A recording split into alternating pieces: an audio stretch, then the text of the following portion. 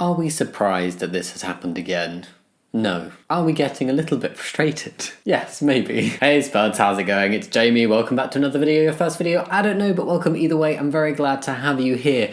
I hope you're going to enjoy this video. I hope you're going to enjoy what I have to say in this video. I'm not necessarily expecting you to enjoy everything about this video, because today I am reacting and responding to yet another transphobic PragerU advert. I've decided to do this because many of you have been telling me in DMs and comments and just everywhere that this ad has been coming up a lot in my videos, and that frustrates me. And I'm like, if this is coming in front of my videos, I would like to have the opportunity to speak about it because it's a bad shit, really. That's the best way to describe it. This is the video in question, and like, to be honest, before we've even started watching it, that title, just gross. Ew. I'm not gonna waffle on too much, we're just gonna dive straight in and watch this together.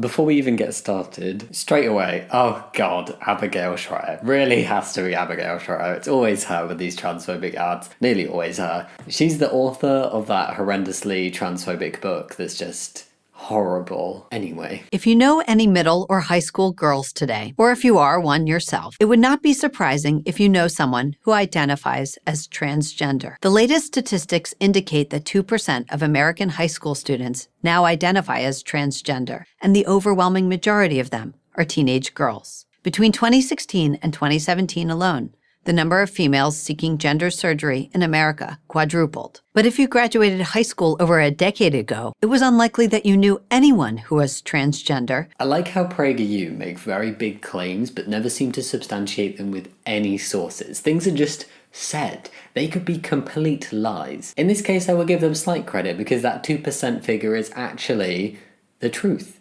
Well, to be exact, it's 1.8, but you know, I'll let them away with saying 2%. But what she didn't mention about this report is the level of bullying that these kids faced and how unsafe they were feeling in school. They're not coming out of trans for the fun of it, and many of them are having really difficult times after coming out. The report with the 2% figure was also talking about how we needed to be more accepting and give trans kids safer and more knowledgeable environments. It was not a fear-mongering piece, and it is not a statistic that is supposed to be all like, oh, look at how many kids are coming out as trans, this is a bad thing. No, it's saying like, this is how many kids are identifying as trans, this is how many are having a shitty time because of that. We need to do better and be more accepting of these trans students. So it seems like PragerU, although giving a correct statistic, I think for once, they very much twisted that. As far as I can see, it's also a report from 2017, which gained like media hype way back in the beginning of 2019, so that they're also very late to the party. Finally, I'm sorry for speaking so long, it just takes ages to dismantle things when they're wrong. She can say so much wrong in 30 seconds and it's going to take me 3 minutes to go through all the wrongness. I looked through that report and there's not a specific statistic, that's very difficult to say, about the breakdown of assigned birth sex in the trans kids coming out. So she's like, a majority of them were assigned female, not that she said it like that. And the overwhelming majority of them are teenage girls. When actually there's nothing like that in the report. It actually says, respondents were categorised based on responses to the pilot question and the question about sex, what is your sex,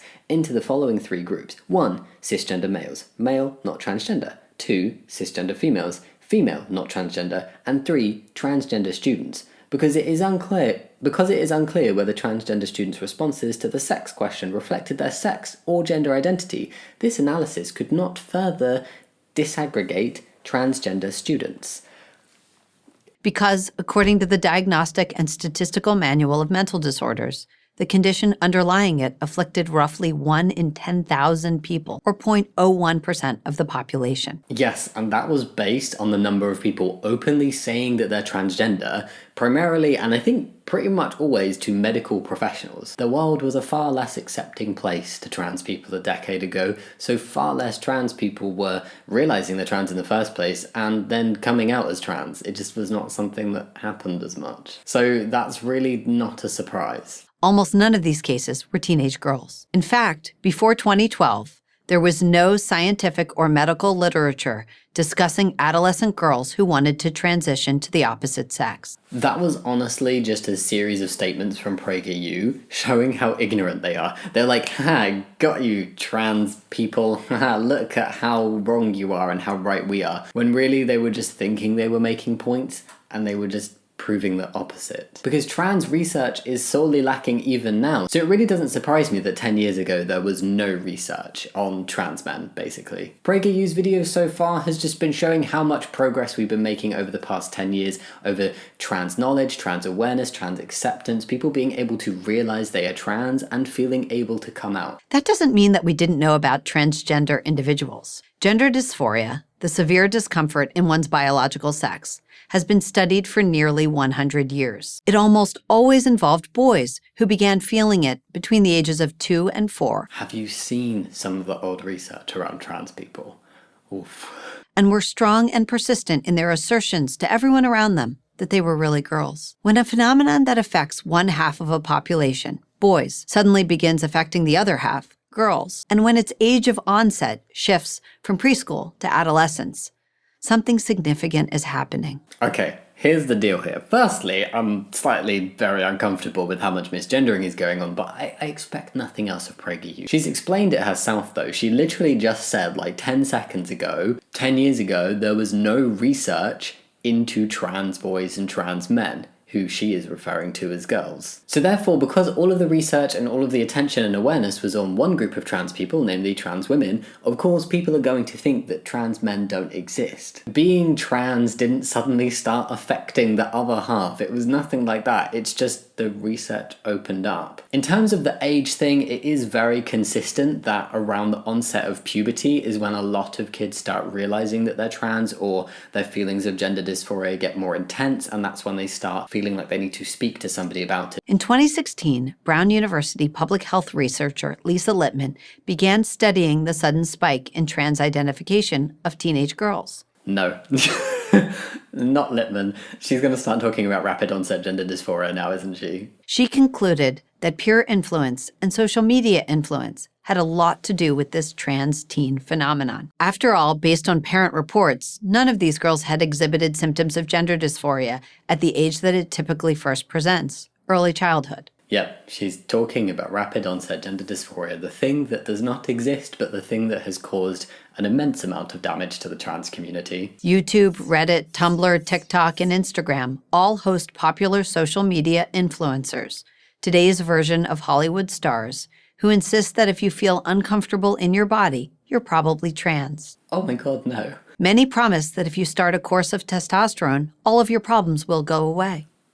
No. That's so twisted. That's not what happens. Okay, right, there is a lot to break down. I feel like she didn't say much, but there is a lot to say back to it. Firstly, Littman's research that Abigail Schreier was talking about is a pile of garbage. It's not accepted by the medical community, it's not accepted by anybody who treats trans kids, it's not accepted by the WPATH, the World Professional Association for Transgender Health. It is not a recognised thing, it's not an official term, it is a debunked thing when it comes to trans people. It does not exist. Her research was deeply flawed to the point where it had to be republished with some really major corrections. The participants in Littman's study were only parents who she found through transphobic websites like Transgender Trend. So these are transphobic websites used typically by parents who do not accept their kids as trans. They were her participants. Her whole idea of rapid onset gender dysphoria is based on the responses of these parents saying that their kids came out as trans suddenly and by being influenced through a group of friends where multiple other kids or one of the kids in that friendship group were also trans. I think I can see why their kids being trans came as a shock to these parents, given the kind of attitudes they hold and the kind of websites they look at in terms of transitioning and trans people. Also, it's not a social contagion. Typically, minority groups like trans people, gay people will come together and find each other because that can create a much more supportive and accepting environment for them and be a lot safer. There's every reason to believe that these girls are experiencing real psychological pain. Rates of anxiety, depression, and instances of self-harm are all at record levels for this generation. A quick fix becomes very tempting. I like how she's blaming this all on trans people And by like, I mean I hate it. So it doesn't take much, a YouTube video, a friend's suggestion, to get a troubled girl to buy into the fantasy that gender transition is the answer. Oh. Oh, this is just somebody who's literally taken the concept of rapid onset gender dysphoria at face value, fully believed it, and is now just fear-mongering with this wrong information. Unfortunately for these girls who do not have typical gender dysphoria, gender transition rarely offers relief, and it's a catastrophic mistake for psychologists, educators, and the medical establishment to rush these teens towards a solution that will almost certainly harm rather than heal. I like how she sat there and was like, I'm not an expert. She's not an expert in gender dysphoria and trans people. And she's like, we should not be listening to teachers. We should not be listening to gender therapists and other therapists. We should not be listening to medical professionals and experts in the field. No.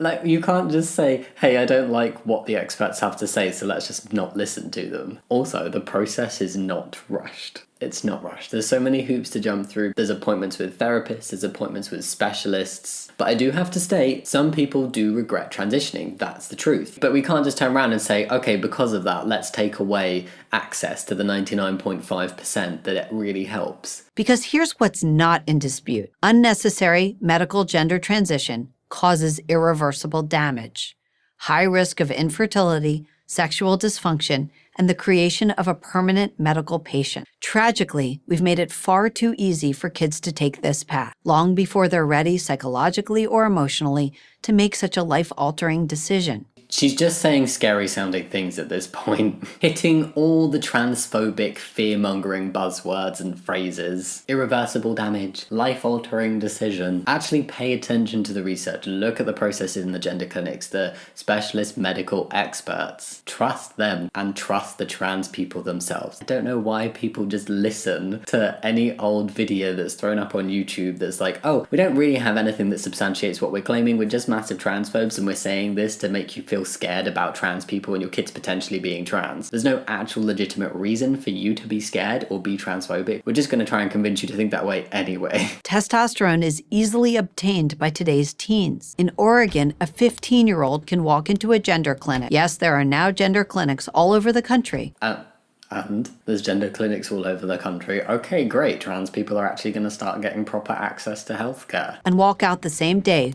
with a prescription for testosterone without her parents' permission. Ew, on the misgendering is so uncomfortable. I looked into transitioning in Oregon, and what I could find relatively quickly is that trans women are struggling to even access healthcare in Oregon. So I don't know why she's making it sound like anybody at any age can just walk in and suddenly get access to this treatment that so many people are struggling to get. Then on top of that, Oregon law established that the consent age for all, like any medical and dental treatment, is 15. So that's not just trans kids, like any 15-year-old can consent to any medical or dental treatment for themselves in Oregon. Finally, it's also reported that it's highly unusual that a teenager would be able to access any kind of trans healthcare without their parents' involvement. Honestly, it just takes some quick Googling to disprove what she's saying. 16-year-old girls have been able to undergo double mastectomies, the removal of both breasts, without even a therapist's note. Where is this happening? She's literally just saying stuff now with no backing whatsoever. Whereas from what I can actually read, this is not happening. This is what it actually says in the Oregon healthcare plan for gender dysphoria. I'm sticking with Oregon. I know she didn't specifically say this bit is in Oregon, but seeing as she was just talking about Oregon, I think it's a safe bet to stick with Oregon being the location. Anyway, the Oregon healthcare plan for gender dysphoria states, in rare cases where a physician and an older teen, along with their family, decide that surgery before the age of 18 would be the best course of action and is medically necessary, the same laws apply for medical consent generally. So in rare cases, yes, an under 18 could have top surgery, if it's deemed medically necessary by a professional and their parents. Predictably, hasty gender transition, remember we're talking about teenagers here, is now leading to a lot of regret. New testimonials appear on YouTube almost every week from teens who acknowledge that they made a terrible mistake and warn others not to make the same one. There's no stats there. I've given a stat for the regret rate that's been found recently, but what she's said is purely anecdotal. You can't just say, oh yeah, there's like a few videos popping up on YouTube and therefore we're just going to deem that as being a major issue. So how do you protect your daughter from being drawn into this dangerous and growing trend? First, Limit their exposure to social media as much as you can. Oh God. Several academic studies have already linked the alarming rates of anxiety and depression to young girls' punishing experience on social media, a place that often makes them feel sad, unattractive, and alone. And that is separate to trans people. Important to address, but not related to the topic she's talking about in the video. Second, oppose the teaching of gender ideology in your kid's school. God, this is just how to be a transphobe 101. Calling it gender ideology, literally telling people to push back against LGBT plus education and safe schools for LGBT plus students. Because it wouldn't just affect trans kids, this would be like LGBT plus in general. Wow. In California, gender identity education begins in kindergarten and proceeds through high school. The theme is that kids' gender identity is totally independent of their physical sex and something that only they can know. Good. I love that that's happening in places in the world, and it's absolutely true. Your gender identity is separate to your assigned sex. For a majority of the population, the two are the same. For trans people, they are different. That's it. Schools can and should insist that every child be treated respectfully without sowing gender confusion in an entire student population. That's basically like saying, treat all kids with respect, except those trans kids. No, they don't deserve the respect.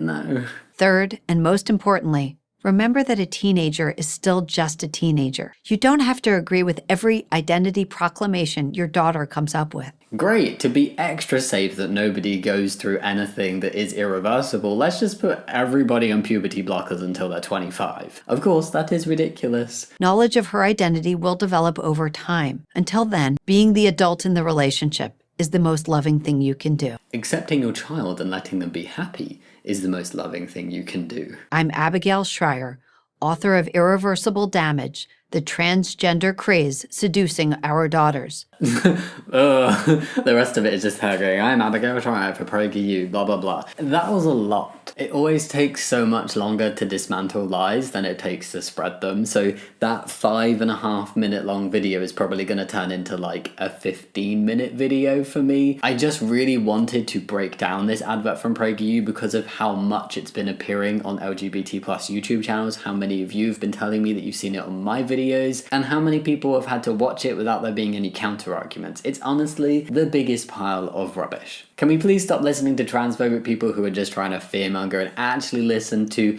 the research, medical professionals and experts, and the trans people themselves, because those are the people that we can trust the most, as in the trans people. That was honestly as bad as I expected it to be based on the title. The misgendering was highly uncomfortable, but I really did like how PragerU is spreading just how under-researched trans people were a decade ago, and how much and how important knowledge of trans people and knowledge of the trans experience is really helping more trans people realize their identities and feel able to come out. I think that's one positive that can be taken from that advert, because that's the biggest truth. There is no transgender trend. There is no trying to influence people into thinking they're trans. There is just more awareness of trans people and trans issues, and therefore more people are being able to realize they are trans and live as themselves. And I think that is a good thing. Let me know what you think about this video. Think about giving it a thumbs up and subscribing if you want to, but no pressure if you don't. And yeah, thank you so much for watching. I'll see you next time. Much love. Bye.